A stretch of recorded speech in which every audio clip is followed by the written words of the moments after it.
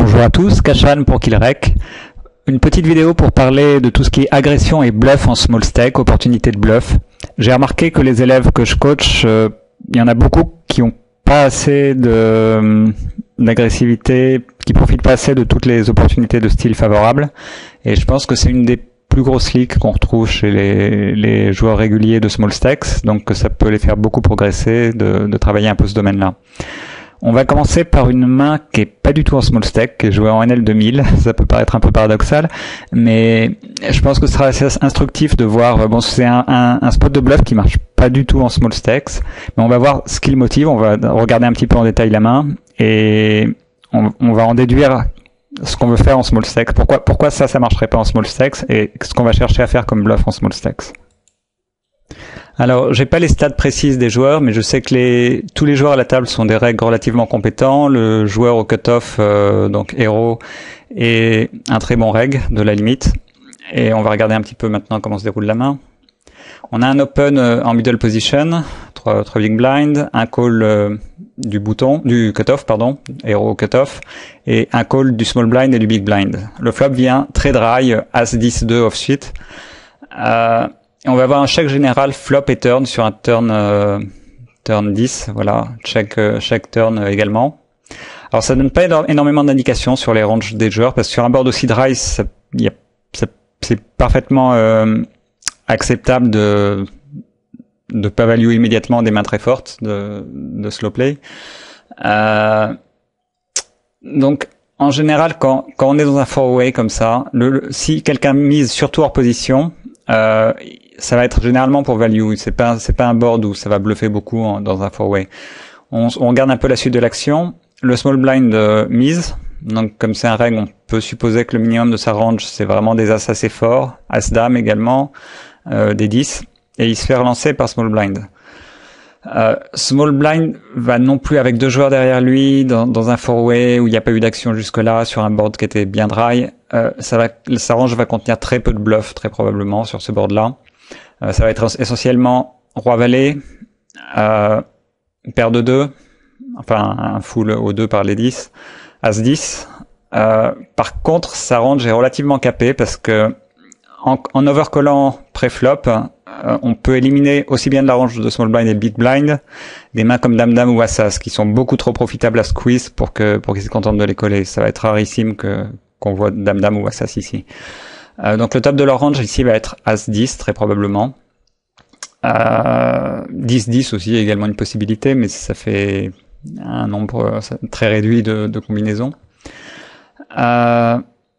Et ici, après fold de middle position, le cutoff décide d'envoyer tapis avec juste une paire d'as. Alors ça peut vous paraître complètement spooky parce que on sait que les ranges des deux joueurs sont très fortes. En fait, ça marche assez bien parce que justement, ils savent tous respectivement qu'ils sont des joueurs compétents. Et ici, un joueur au big blind avec une main comme de 2 va savoir qu'il aura juste un bluff catcher. C'est-à-dire, il sait que héros ne value pas moins bien que de 2 ici. Il fait jamais tapis avec roi-valet. Il fait jamais tapis avec juste un 10 ou quelque chose comme ça. Donc, ça va être assez dur de coller parce que c'est pas un spot où on s'attend à se prendre un bluff, un squeeze comme ça, un river. En fait, ici, il y a As-10 qui va coller très probablement parce que là, 2-2 peut être dans la range de middle position. Donc As-10 va coller. Chez les deux joueurs, c'est une main qui est possible. Mais c'est quasiment la seule main qui va coller. Et en plus, avec As-8, il a un bloqueur pour cette combinaison. Il a un As. Donc ça laisse que 4 combinaisons de As-10 possibles. Comparé à pas mal de combinaisons de roi-valet, pas mal... Chez small blind, pas mal de 10, voire des as-roi, enfin as-roi, je pense qu'il aurait squeeze évidemment, des as-valet, des choses comme ça. Quelques 2-2 qui ont de bonnes chances de folder aussi. Donc c'est un bluff évidemment à faire avec une fréquence très faible, avec une image à la table convenable, mais ça peut passer et c'est profitable. Alors évidemment, si vous faites ça en NL50 ou en NL25, ça va pas marcher du tout. D'une part parce que personne va folder 2-2.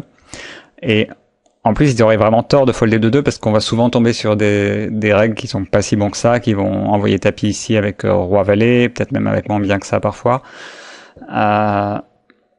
Donc, ici, ça marche uniquement parce que les règles sont compétents et savent que de 2 ici est juste un bluff catcher pour big blind ou aussi bien pour small blind. Ce sera pas le cas en petite limite, donc en petite limite ça marcherait pas. Alors ce qu'on fait en petite limite, quand on cherche à bluffer, c'est qu'on va chercher à bluffer des mains faibles. On va pas forcément viser des ranges capées dans des spots où les ranges sont fortes. On cherche à faire folder des ranges faibles. C'est un peu le point essentiel vers lequel je voulais venir en montrant cette main. Donc on a notre premier principe de bluff, c'est qu'un bluff en low stakes doit chercher à faire folder des ranges faibles. Mais va falloir d'une part définir comment on repère ces ranges faibles et puis qu'est-ce qu'est exactement une range faible. Ça va évidemment dépendre du type d'adversaire. Je ferai remarquer quand même une chose concernant la main qu'on vient de voir en high stakes, c'est qu'en l'occurrence on avait aussi des ranges faibles relativement aux ranges perçues. C'est-à-dire que la range de héros du joueur au cutoff, il représente essentiellement As-10 ou Dame-Dame. Dame-Dame, c'est absolument normal avec Dame-Dame de check. Ça peut être assez fréquent de juste coller en position face à un open MP, même si on va aussi souvent 3-bet.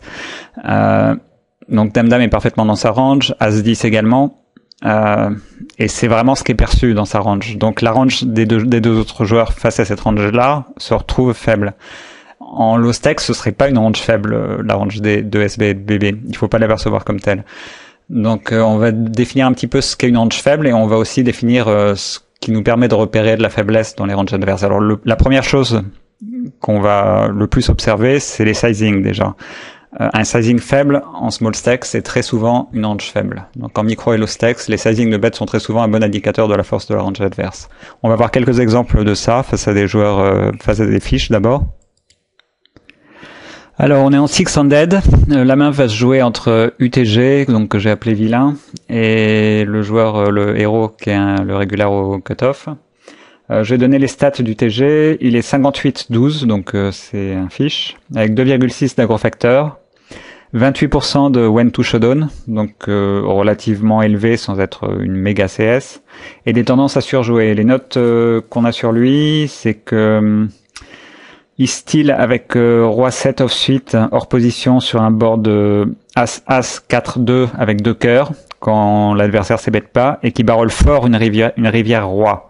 Donc un peu une tendance à surjouer avec roi 7 sur As 2 4, il barrel river après avoir tenté de steal turn. Check behind valet 9 sur 10-6 avec 10-6 et une petite carte avec 2 cœurs. Bet turn 7, donc avec une gutshot, il mise le turn et il shake behind et il give up river 7. D'autre part, concernant ses stats, il a également 46% de donk bet sur 250 mains, donc une tendance assez marquée à donk bet avec un peu tout, des mains très faibles souvent. On va regarder le déroulement de la main à présent. Alors donc le joueur en question limp under the gun, on ISO raise au cutoff avec dame 9 suited, on a des règles à notre gauche, tout le monde fold et il call leur position. Puis donc bet vraiment très fort, 2-20 dans 2-35, presque le pot, sur roi valet 2 off suite. Alors vu qu'on a vu qu'il donc bettait 46% du temps, donc une fréquence de donc bet très élevée, sur 250 mains ça commence à être un petit peu significatif. Sa range contient sans doute beaucoup d'air, beaucoup de mains faibles également, et évidemment des mains des rois, il n'y a pas de raison qu'ils donc bettent pas des top pairs également. Peut-être quelques mains très fortes, faut voir plus en détail le jeu du joueur pour savoir si donc bet également ses mains très fortes ou s'il est slow play. Pour l'instant, c'est vrai qu'on n'a pas touché énormément, on a une gutshot et une backdoor flush, mais on est en position. S'il s'avère avoir une main forte, on peut gagner éventuellement un gros pot en touchant nos outs. S'il a une main faible, on aura peut-être des signes de faiblesse. Il va pas forcément 3-barrel pot. Je l'ai pas noté comme un maniaque qui 3-barrel à tout va. Donc coller ici est, je pense, un bon choix. Je pense que c'est un peu tôt pour relancer en bluff malgré le fait qu'il donc bête beaucoup. Dans la mesure où je pense qu'on aura des opportunités plus profitables plus loin dans la main en collant juste. Soit qui give up turn et nous permettent de flotter, soit qui donnent des indications de faiblesse en misant plus petit. Et en l'occurrence, c'est ce qui se passe. On call au turn, il y a un 8 et il mise seulement mi-pot maintenant sur ce turn. Je pense que vu le profil du joueur, s'il avait une main, un roi descend, il barrelerait plus fort. Il a quand même tendance, il a une fréquence de mise assez élevée, donc je pense qu'il est enclin à value assez facilement quand il a une main qu'il considère comme assez forte. Donc ici je relance et je relance très fort, 11,81. Pourquoi je relance fort? Alors, on verra un petit peu plus en détail les raisons pour éventuellement réduire un peu sa taille de bluff. En l'occurrence, comme il a beaucoup de mains faibles, je pense que c'est possible qu'il donc bête des airs complets, des mains comme As-8 par exemple, et qu'en touchant le 8 au turn, ils sachent pas trop quoi faire, donc ils se mettent des barrels plus faibles. C'est possible aussi qu'il donc bête un peu pour info des mains comme 9-9 ou Valet 10 off-suite, et que au turn, après avoir été collé, il soit un peu emmerdé, donc il réduit son sizing. En général, en tout cas ici, c'est un signe de faiblesse, le fait qu'il ait réduit le sizing de barrel. Donc on en profite, on essaie de lui faire voler le pot. Il a 29% de one to showdown, mais c'est pas forcément pour autant une énorme CS qui va coller son tapis avec des secondes paires. Donc c'est une bonne opportunité pour tenter un style. Et en l'occurrence, ça passe. Alors on va voir un exemple assez similaire, une situation très légèrement différente, mais c'est le même genre de bluff. Alors l'action se déroule à présent héros et au bouton, et l'adversaire est un fiche au small blind avec comme stat 60-33, 3,4 d'aggro factor, et il a tendance à être fit or fold, c'est-à-dire que il bluffe pas en fait, il mise quand il a quelque chose, mais ça peut être des mains faibles, et une tendance très marquée à être calling station. Il a 36% de fold to ses bêtes, c'est assez faible, mais c'est quand même pas, il a quand même pas des ranges de call super loose. Et pourcent de bet OOP versus un joueur qui ne s'ébête pas 71%, donc des tendances à style assez fréquemment, les points contestés quand même. Et un one to showdown de 35%, donc assez CS, donc un joueur qui a priori en général est plutôt assez dur à bluffer. Alors, on va regarder un petit peu le déroulement de la main. On ouvre donc 5-7 suited au bouton, les deux joueurs sont sans baby deep. On a deux fiches dans les blinds. On c-bet dame 6-3 off suite. Alors contre un joueur qui fold peu sur les c-bet, 36% de fold to c-bet, faut pas c-bet de manière systématique, évidemment, même en position. Ici, on a une gut shot plus backdoor flush draw, donc c'est le board est en plus assez dry, il touche pas énormément de mains, donc c'est un c-bet très facile. Donc on c-bet, il check call, on obtient une double gut shot au turn, et il donc bet mi-pot. Alors ici en fait ça peut être soit une dame, ça peut parfaitement être une dame qui en général une dame plutôt relativement faible, mais vu les stats du joueur, vu sa tendance à être assez CS, on va pas avoir beaucoup de fold equity sur une dame. Soit des mains beaucoup plus faibles qui donc bet pour info, des paires de 6, des paires de 7, des choses comme ça. Éventuellement un draw, bon comme il est assez fit or fold, je pense qu'il a plus tendance à continuer à check call des draws, mais on peut pas exclure qu'il donc bet un 4-5. Ici encore, comme globalement sa range est, même s'il y a quelques dames dans sa range, globalement sa range est relativement faible, on relance, surtout parce qu'on a beaucoup d'équité également. Et alors par contre ici je relance nettement plus faiblement, c'est-à-dire que comme je compte pas de toute manière réussir à lui faire folder une dame, je vais éliminer les mains les plus faibles de sa range, les paires de 6 qui donc bet pour info et qui ont l'intention de folder a priori. Et face à ces dames, je vais me garder le plus d'implied possible. Donc je réduis un petit peu le sizing du raise. Bon, en l'occurrence, il faut immédiatement. L'idée, c'est que si jamais je touche river et qu'il a une dame et qu'il a collé avec une dame, j'ai des chances de prendre encore pas mal dessous river si la river est un 4 ou un 8. Bon, donc on a vu deux exemples assez similaires où le sizing d'un joueur, surtout un fiche en particulier, est assez significatif de la force de sa range et donc donne des opportunités de bluff. On va voir un exemple un peu différent et on va voir qu'en fait la force, la faiblesse d'une range est quand même assez relative aussi à la structure du board. Et ça va être un exemple face à un régular, donc on y passe après. Alors, donc, face à un joueur un peu expérimenté, un reg ou un fiche solide, la force de la range adverse peut prendre en compte la texture du board. Qu'est-ce que ça veut dire? Bon, un exemple simple, c'est par exemple qu'une overpair ou que top pair sur un board super scary avec quatre cartes menant à la straight ou avec 4 cartes menant à la flush, ça va être beaucoup plus faible évidemment que sur un board style une overpair sur un board 10-6-2 offsuit, ça va être beaucoup plus fort quoi. Donc on va voir une main qui illustre un peu ça. Alors cette fois, Hero est au cutoff et l'adversaire est un régular au big blind. Ses stats est 21-15 avec 1,6 d'agrofactor, donc un reg plutôt passif. 46% de fold to ses bêtes, ce qui est relativement faible en général en low stakes. Souvent les régulars ont fold plus que ça sur les c-bets. 75% de bêtes hors position face à un joueur qui ne c-bet pas. Ça c'est assez élevé, ça veut dire que il va beaucoup essayer de voler les pots hors position quand l'adversaire ne fait pas de c-bet. 22% de when to showdown, donc très solide. C'est vraiment pas une calling station. 69% de showdown on également sur 500 mains, donc c'est vraiment un joueur plutôt neat a priori, post-flop au moins.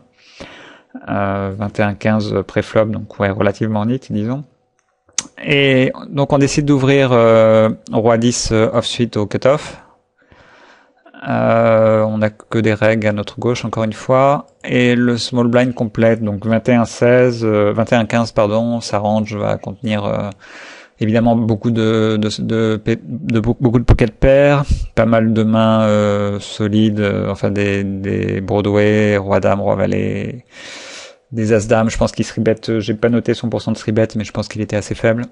Le board vient 5-4-2 off-suite, donc comme sa range est assez forte ici, je décide pas de c-bet, j'espérais juste voler les blinds. Ça peut être acceptable de c-bet parce que c'est un board qui évolue facilement qui devient facilement scary et on est en position, donc on peut en profiter. Néanmoins, comme le check est parfaitement acceptable aussi. Alors donc on check ici et le turn amène un 6, donc qui rend le board déjà nettement plus scary. Et il donc bet très petit, 3 big blind dans un pot d'1,60. Je pense qu'en général, ça va plutôt être de la value. Je pense que s'il tentait de voler le pot, enfin bon, je connais pas suffisamment le joueur, surtout que c'est des mains jouées il y a assez longtemps, donc je me souviens plus exactement. Je pense qu'en général, un petit bet comme ça va être une main assez faible qui tente de prendre de la sin value, donc qui milk des paires de 8, des paires de 9. Alors pourquoi des overpairs ici sont faibles? C'est évident parce que le board, n'importe quel 3 bat une overpair, 6, 7, 8 également. Il y a beaucoup de draws très forts. Les overpairs en plus, une overpair style 8-8 évidemment, c'est vulnérable à tout ce qui est overcard. Donc savoir qu'une main, certains fiches vont pas se rendre compte qu'une overpair sur ce board est faible. Ils vont la surjouer, ils vont poter avec et avoir beaucoup de mal à folder. Mais un joueur expérimenté s'en rend compte, donc sa range devient faible ici. Même s'il a, bon, d'une part il a des bluffs il a probablement des bluffs occasionnellement parce qu'il style beaucoup quand on c-bet pas. Et d'autre part, sa range de bêtes en misant aussi faible sur un board assez dangereux quand même, qui peut facilement, il y a un tirage flush en plus de la straight présente sur le board. C'est pas totalement impossible qu'il ait des 7, mais disons que ça va être vraiment une petite partie de sa range.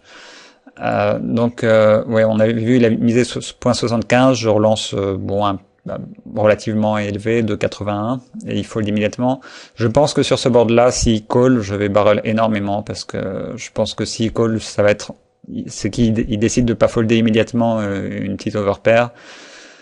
Au pire, ça peut être un 7, mais même un 7, je pense que sur un barrel, vu ses stats, 20% de fold, 20% de when to showdown, je peux réussir à lui faire fold un 7 éventuellement ici de temps en temps. Donc je vais barrel très fort river sur quasiment toutes les rivers. Donc voilà, ça c'était... En fait, c'est un exemple très similaire à ce qu'on a vu avant, sauf que la faiblesse de la range est relative au board. On remarquera aussi ici que j'ai même pas eu besoin d'avoir de l'equity additionnelle. Alors dans les deux autres cas, j'avais choisi des spots où j'avais d'une part une gut shot dans le premier, d'autre part une double gut shot dans le deuxième exemple. Contre les fiches, en général, je préfère avoir quand même un petit peu d'equity quand je bluffe parce qu'il y a quand même plus de call.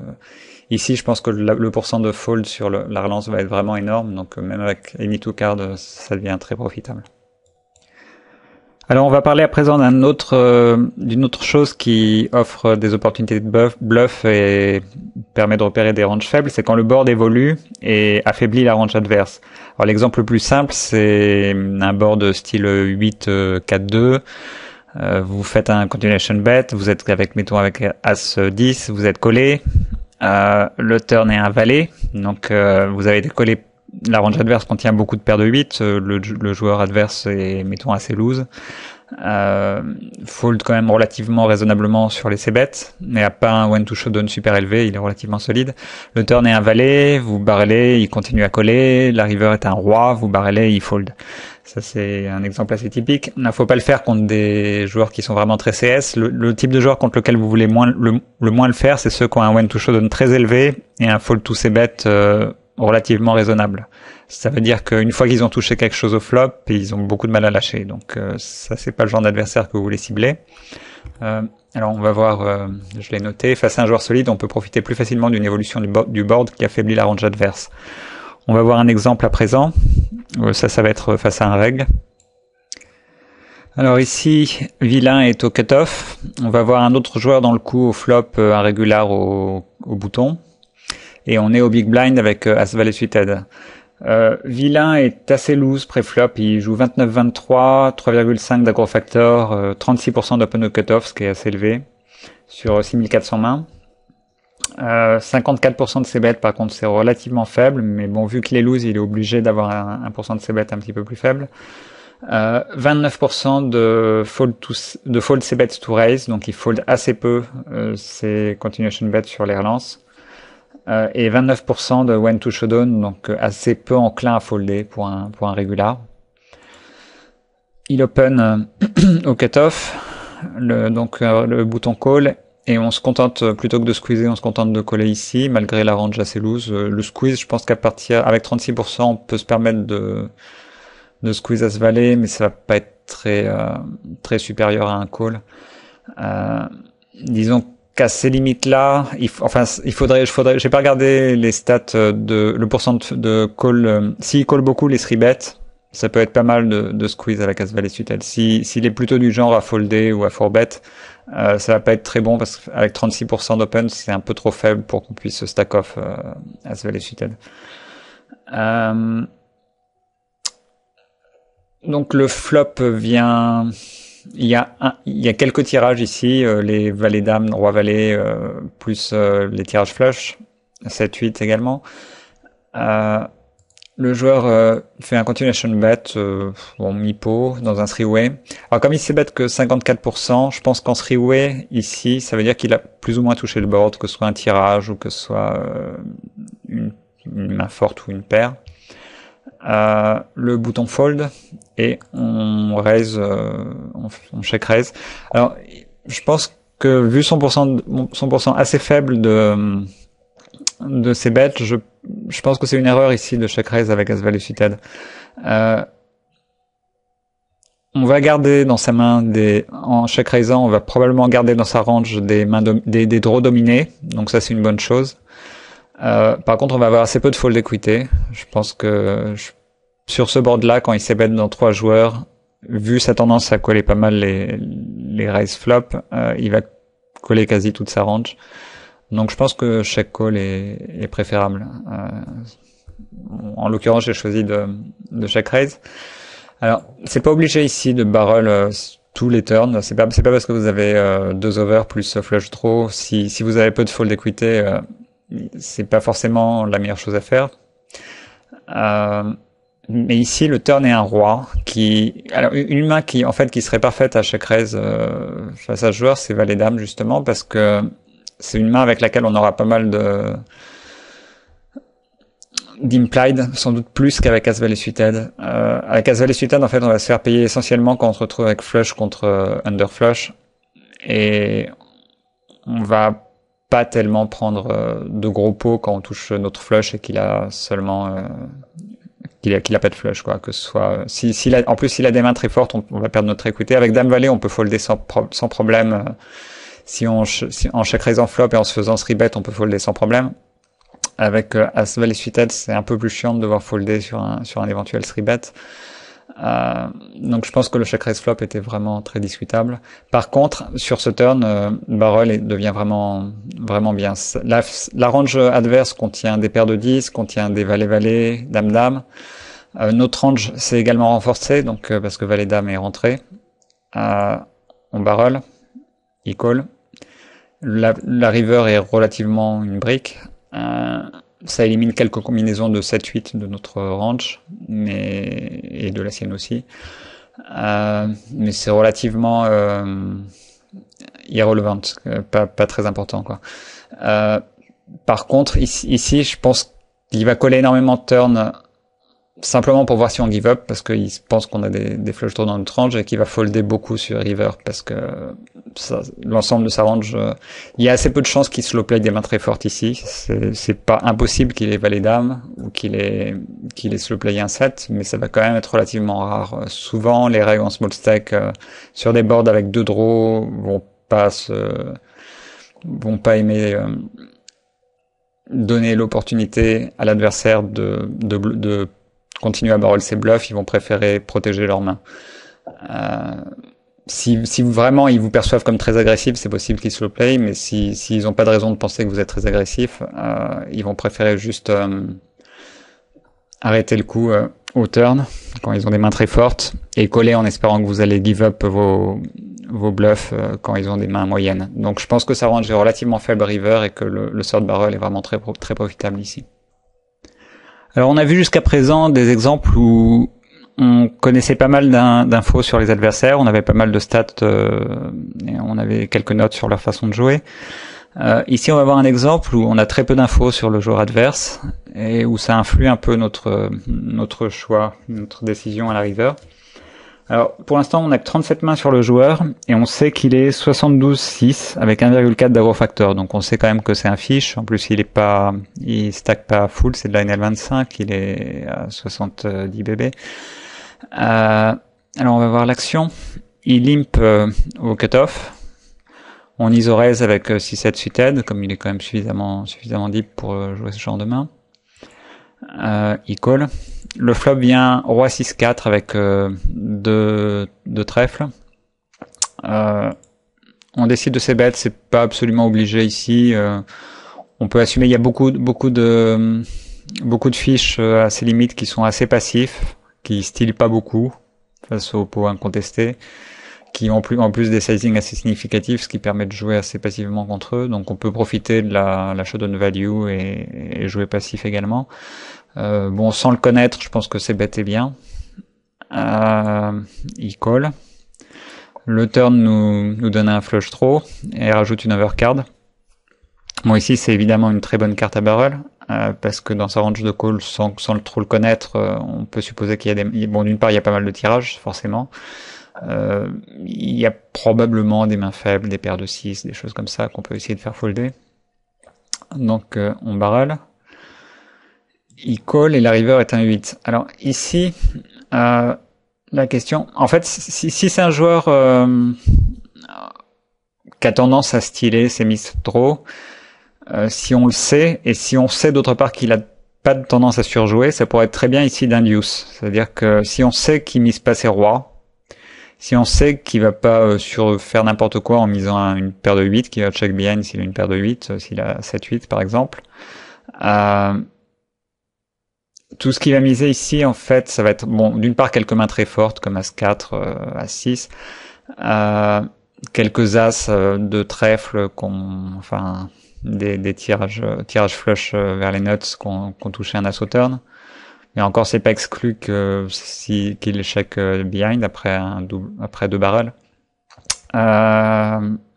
Et d'autre part, tous ces missed draws, des choses comme, enfin, toutes les missed flush, c'est pas exclu. Un joueur aussi loose, 73-7, je crois.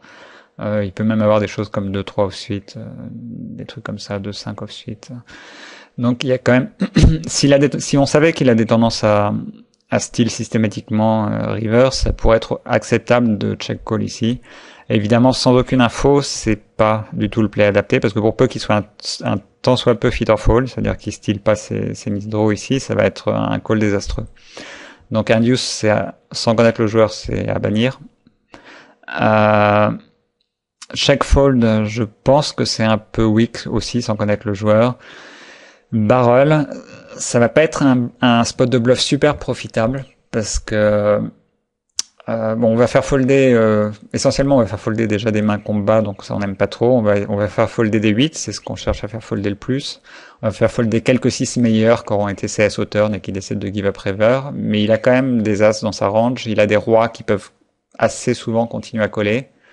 Donc c'est un spot borderline, mais c'est un spot où il faut quand même, je pense, third barrel, quoi. Voilà, c'était un exemple, c'est des spots où il faut pas hésiter à avoir, plutôt que de give up, il faut pas hésiter à prendre des lignes qui vont faire un profil légèrement marginal par rapport au fait de give up, mais qui vont quand même être un petit peu meilleurs, quitte à engendrer un peu plus de variance. Alors on verra une dernière main en exemple, un spot légèrement plus compliqué, et qui marcherait sans doute un petit peu moins bien en micro, mais qui est plus adapté à la NL50 ou à des bons règles en NL25. Éventuellement, si il y a un règle que vous connaissez bien en NL10, dont vous savez qu'il est très solide, qu'il comprend ce qui se passe, etc., vous pouvez tenter ce genre de bluff contre lui.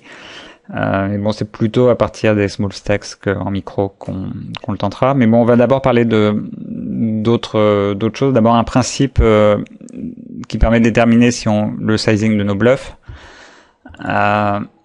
Il peut y avoir d'autres facteurs qui rentrent en compte, qui peuvent nous pousser à bluffer moins fort ou plus fort, ou à décider d'overbet. Mais en règle générale, on veut bluffer fort quand la range adverse n'est pas polarisée. Si elle contient, alors pas polarisée, ça va dépendre aussi à quel point le joueur est loose, à quel point il est calling station. Contre un fiche relativement calling station, si la range adverse contient des secondes paires, des top pairs mal kickés, et par contre chez un joueur plus solide ou chez un reg, si elle contient des top pairs kickers moyens, on va considérer qu'elle est pas polarisée, c'est-à-dire on va miser fort dans ces cas-là pour essayer de faire folder des mains qui risqueraient de coller face à un bet plus faible. Et par contre, il y a quelques spots où on peut bluffer plus faiblement quand on s'aperçoit que la range adverse est plutôt polarisée. Alors je vais donner un exemple juste comme ça. Si on repère qu'un fiche a tendance à donc bet systématiquement quand il a top pair, ça arrive, il y a quelques fiches qui ont tendance à faire ça. On open, mettons 10 valets suited au bouton, il call, le fiche call au big blind en question, et il check call sur un board roi 6-2 avec 2 trèfles. Vu sa tendance à donc bet quand il a top pair, on peut supposer qu'il a pas top pair ici. On barrel le turn est un 9 qui nous donne une gut shot. On a 10 valets suited, donc roi 6-2 avec 2 trèfles. Il continue à coller sur le turn 9. On n'a pas barrel très fort, pas forcément très fort. Et la river est un as de trèfle, donc il fait rentrer le tirage flush, enfin qui fait rentrer les 3 trèfles. Alors ici la range adverse, elle va contenir essentiellement des flushs qui viennent de rentrer, et éventuellement quelques mains très fortes slow playées. C'est possible qu'il donc batte ses top pairs, mais qui check call des mains comme des 7 ou des choses comme ça pour les check raise river, si on sait pas exactement comment le joueur joue. Et elle va contenir aussi des mains très très faibles qui ont été CS, des paires de 7, des paires de 6, des choses. Bon, quelques mains qui sont renforcées avec l'as à la river, des mains comme as 6. Donc la range est relativement polarisée. On sait qu'il n'y a pas de roi dans sa range.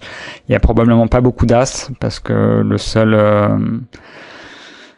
à part as 6 qui est considéré comme une main très forte, les seuls as, vu que l'as river est un as de trèfle, les tirages flush avec un as de trèfle sont pas dans sa range. Donc ici c'est un spot où vous pouvez barrel pas forcément très fort, juste pour faire folder qui give up ses paires de 6, ses paires de 2 s'il est pas ultra CS. Voilà, bon, il y a pas mal d'autres. J'ai pas pensé à. Il y a des situations où c'est encore plus clair que la range adverse est polarisée. J'en ai pas trouvé juste un exemple sous la main. On va parler également d'autres situations de bluff très courantes qu'on trouve très fréquemment, où j'ai pas eu de main pour les illustrer. Quand un reg ne s'ébête pas sur un board très drawy, par exemple, le flop vient 19-8 avec 2 cœurs.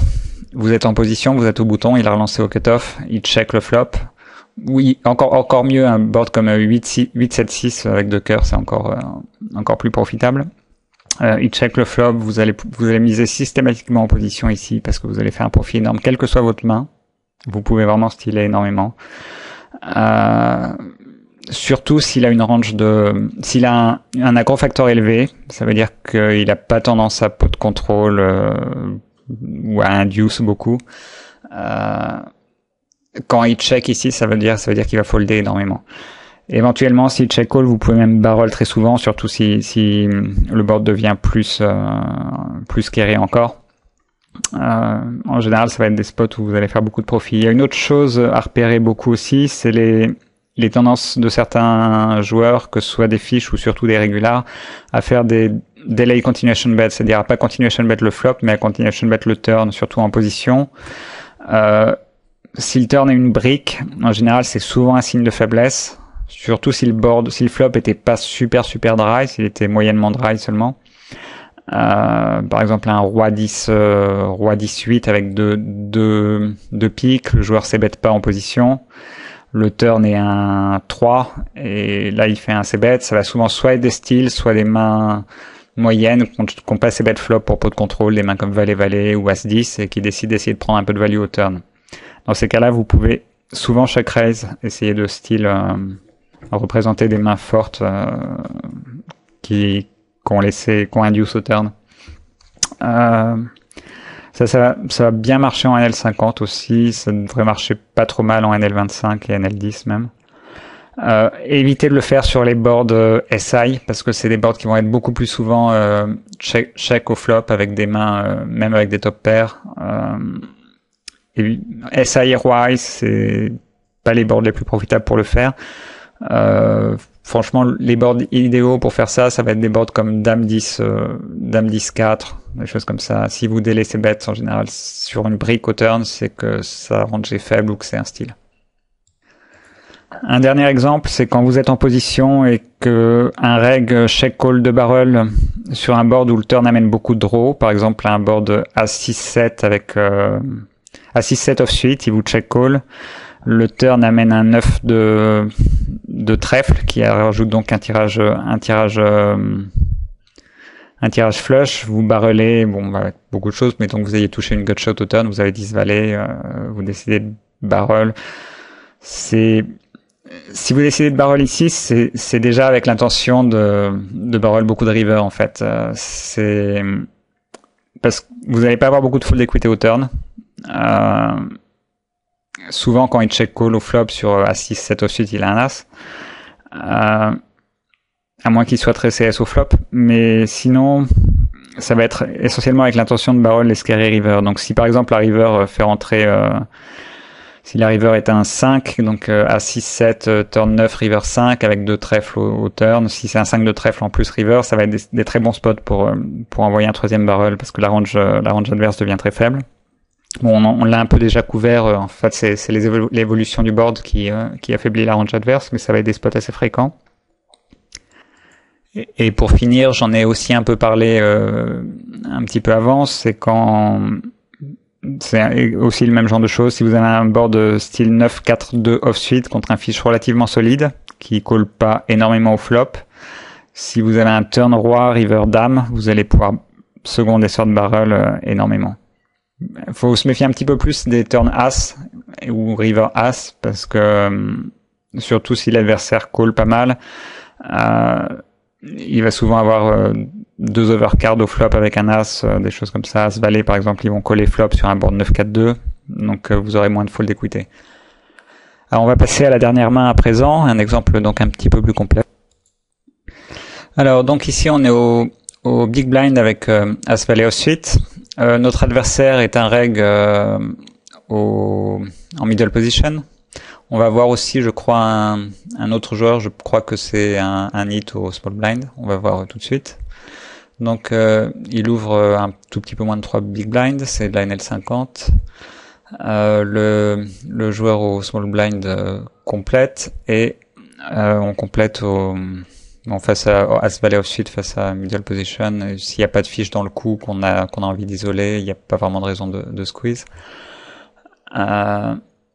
Le board nous donne une gut shot plus backdoor flush draw. Tout le monde check, il me semble. Oui, pas de c-bet. Le turn renforce beaucoup notre tirage. On a un double tirage gut shot plus tirage flush vers les nuts. Donc évidemment, on essaie de s'emparer du pot, faire folder. Il y a plein de mains qu'on peut faire folder ici. Toutes leurs small pairs, leurs under pairs, leurs paires de 7, etc. On est collé. Alors quand il nous colle ici, le gros s'arrange. C'est peu probable qu'il check flop avec des mains comme valet ou dame. Il laisse bet a priori, même si le board est relativement drouillé. Il y a parfois quelques règles qui vont pot de contrôle, mais c'est quand même relativement rare. C'est possible par contre qu'il pot de contrôle un 10 ou qu'il ait des mains comme 8-9 qui décident de passer bet, il préfère prendre la free card. Étant en position, ça arrive. La river est une brique. Quand même le gros de sa range ici, ça va être pas mal de rois. Et je pense qu'en barrelant ici, on lui fait jamais folder un roi. À moins d'avoir vraiment une image de méga serrure. Surtout en L50, en barrelant ici, on fera jamais folder un roi. Même, bon, en L25 et en L10, je pense pas plus d'ailleurs. Par contre ici, il y a une autre option qui est intéressante. On check. Il décide de miser. Alors, si c'est un bon joueur, si c'est un bon régular, en L50, je pense pas qu'il mise roi-dame ici, parce que notre range de bet turn sur ce board contient essentiellement soit des tirages, soit des mains au grand minimum roi-valet en value. Donc, roi-valet, si c'est le bottom de notre value range, on va pas check call avec. Donc, roi-dame, il devrait check behind ici. Mais il y a quand même beaucoup de régulars qui vont pas trop réfléchir, qu'on top pair, qu'on a checké, ils misent, quoi. Un L50, c'est pas encore des pros. Et donc, ici, sa range, le gros de sa range va être, il va y avoir quelques flushs quand même, j'ai oublié de le préciser. Il peut avoir, check flop avec des flushs, surtout s'il a un peu de showdown value. Par exemple, une paire de 8 plus tirage flush. Éventuellement une note flush qui s'ébête pas, qui préfère prendre la free card, c'est assez possible. Note flush par contre pendant ici c'est pas possible parce qu'on a l'as de cœur, mais bon quelques flushs sont possibles. Essentiellement des flushs avec des 8. Quand même ça fait les flushs avec les 8 ça fait assez peu de combos, il a beaucoup de rois, même si c'est juste as roi. Ça fait, et même si on a un as blocker, ça fait quand même relativement pas mal de combos. 9 combos. Donc, ici on check raise. Assez fort, voilà, il mise 6 dans 10, on check raise à 21. On représente très bien une flush. Ça va être extrêmement difficile pour lui de coller. Il a quasiment jamais un 7. Bon, roi, il aurait ses bêtes au flop. 2-2, il aurait foldé au turn. Et tous les autres, les 7 flopés, il les aurait ses bêtes évidemment. Donc il a peut-être, très rarement, il a roi 10, il a quelques flushs qui vont coller, ça certainement, mais le gros de sa range va folder ici, donc c'est un bluff très profitable face à un adversaire relativement compétent. Malgré tout, c'est un bluff que j'éviterais de faire en NL10 ou en NL25 face à un reg sans avoir vérifié avant qu'il était relativement, qu'il comprenait à peu près ce qu'il fait. Parce qu'il y a quand même beaucoup de joueurs à ses limites qui ont du mal à folder top pair simplement. Bon, c'est encore un exemple en fait de range faible parce que c'est relativement au board, quoi. Au paire de roi, c'est assez fort, mais sur ce board, c'est pas si fort que ça, quoi. Donc, on a beaucoup de full equity, donc ça, c'est un bluff très profitable. Je vais conclure donc avec cet exemple. J'espère que vous chercherez. Je vous conseille de ne pas jouer trop de tables si vous voulez essayer justement de trouver des opportunités de bluff profitables, d'augmenter un petit peu votre agressivité. Vous risquez sans doute de faire quelques erreurs. Je vais donner un exemple du genre de bluff à pas faire.